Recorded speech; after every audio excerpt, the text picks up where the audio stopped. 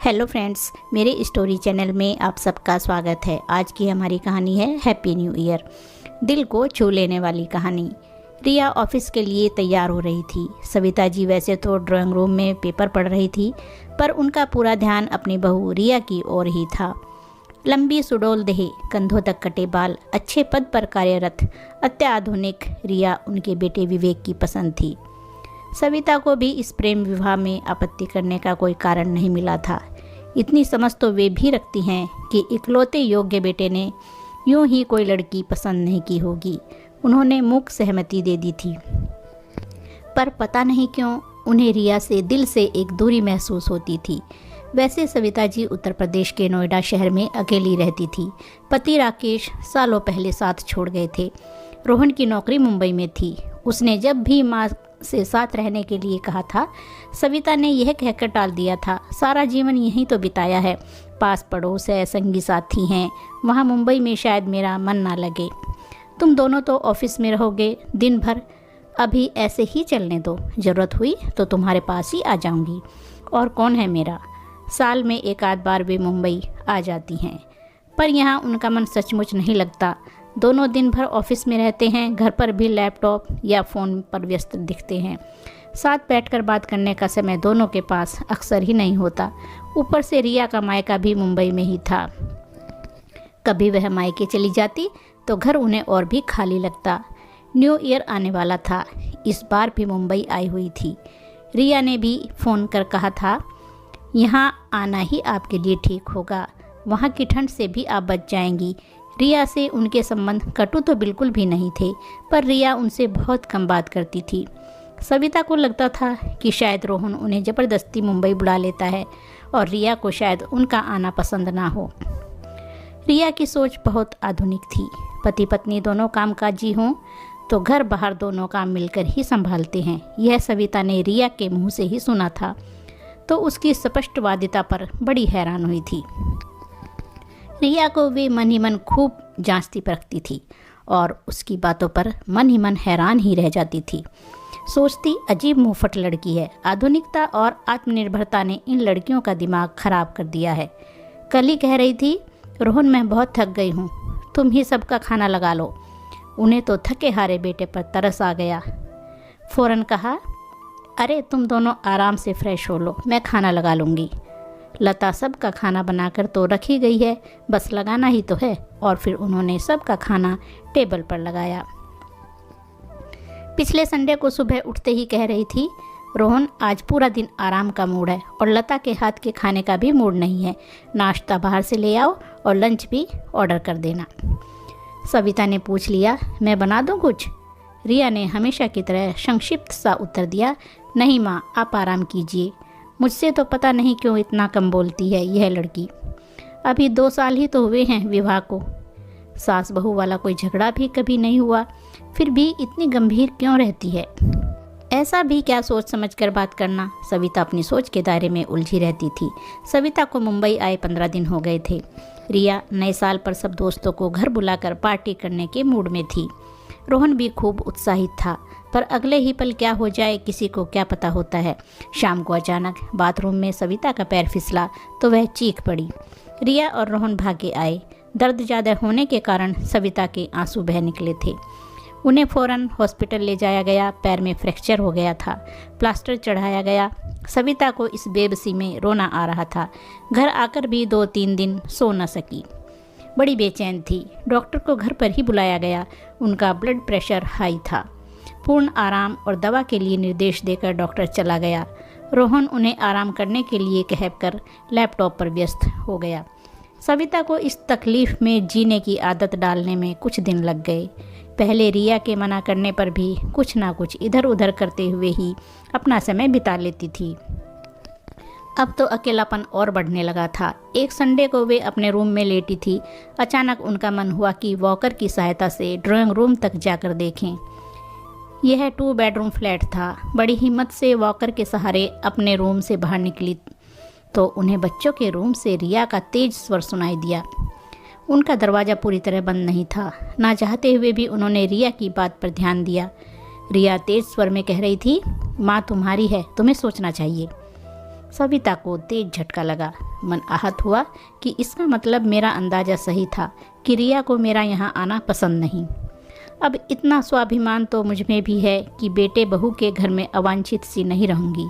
फिर फैसला कर लिया कि जल्दी वापस चली जाऊँगी, अकेली रह लूँगी, पर यहाँ नहीं आऊँगी।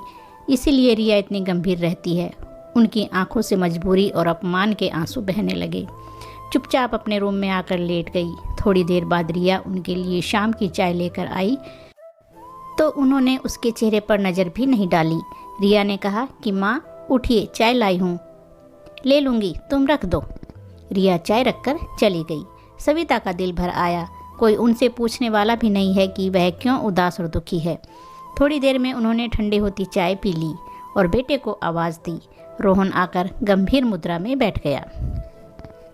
उन्हें बेटे पर बड़ा तरस आया। सोचा, पिसते हैं बेटे माँ और पत्नी के बीच। बेटा भी क्या करे? नहीं, वह बेटे की गृहस्थी में तनाव का कारण नहीं बनेगी। ऐसा सोच सविता बोली, रोहन प्लास्टर कटते ही मेरा टिकट करवा देना। रोहन चौंका। क्या हुआ माँ, वापस जाने का मन कर रहा है? ठीक हो जाओ, चली जाना, अभी तो टाइम लगेगा, कहकर रोहन चला गया। ठंडी सांस भरकर सविता अपने विचारों में डूबते उतरती रही। 25 दिसंबर की शाम को तीनों साथ ही डिनर कर रहे थे। सविता ने यूं ही पूछ लिया, बेटा तुम्हारी न्यू ईयर पार्टी का क्या हुआ? रिया ने कैंसिल कर दी माँ। क्यों? तुम लोग तो इतने खुश थे। बस रिया ने मना कर दिया। पर क्यों बेटा? सब आएंगे, शोर शराबा होगा, आप डिस्टर्ब होंगी, आपको आराम की ज़रूरत है, रिया ने जवाब दिया।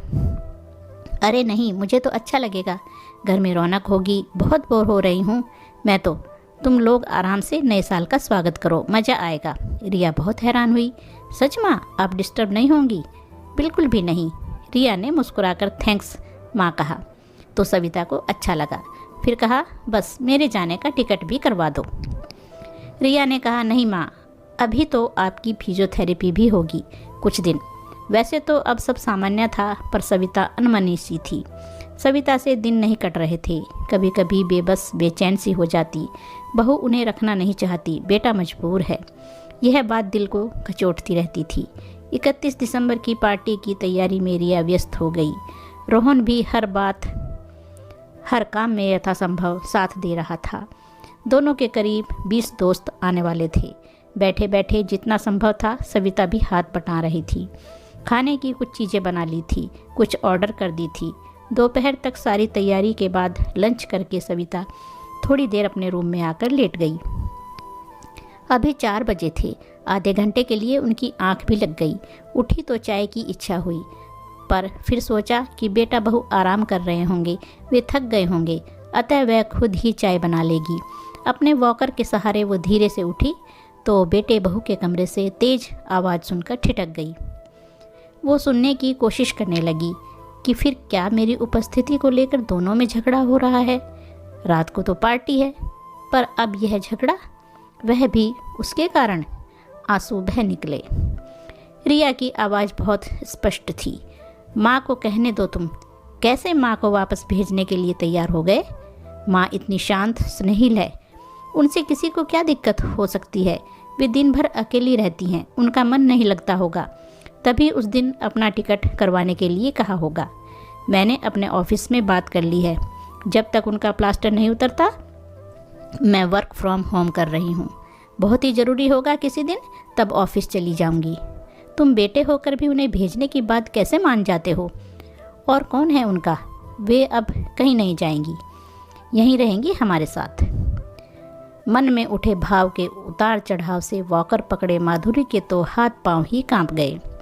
चुपचाप आकर अपने बेड पर धम्म से बैठ गई कि वह क्या सोच रही थी और सच क्या था। मैं कितना गलत सोच रही थी। क्या उसने अपने मन के दायरे इतने सीमित कर लिए थे कि रिया का गंभीर स्वभाव उसकी आधुनिकता को ही जांचने परखने में लगी रही? उसके मन की गहराई तक वह पहुंच ही नहीं पाई थी। उस दिन भी तो रिया यही कह रही थी कि माँ तुम्हारी है, तुम्हें सोचना चाहिए। सच ही तो है कि कई बार आंखें जो देखती हैं, कान जो सुनते हैं, वह सच नहीं होता। वह तो रिया के कम बोलने और गंभीर स्वभाव को अपनी उपेक्षा समझती रही। पर ऐसा रिया का स्वभाव है, क्या बुराई है इसमें? उसके दिल में तो उसके लिए इतना अपनापन और प्यार है। आज रिया जैसी बहू पाकर तो मैं धन्य हो गई।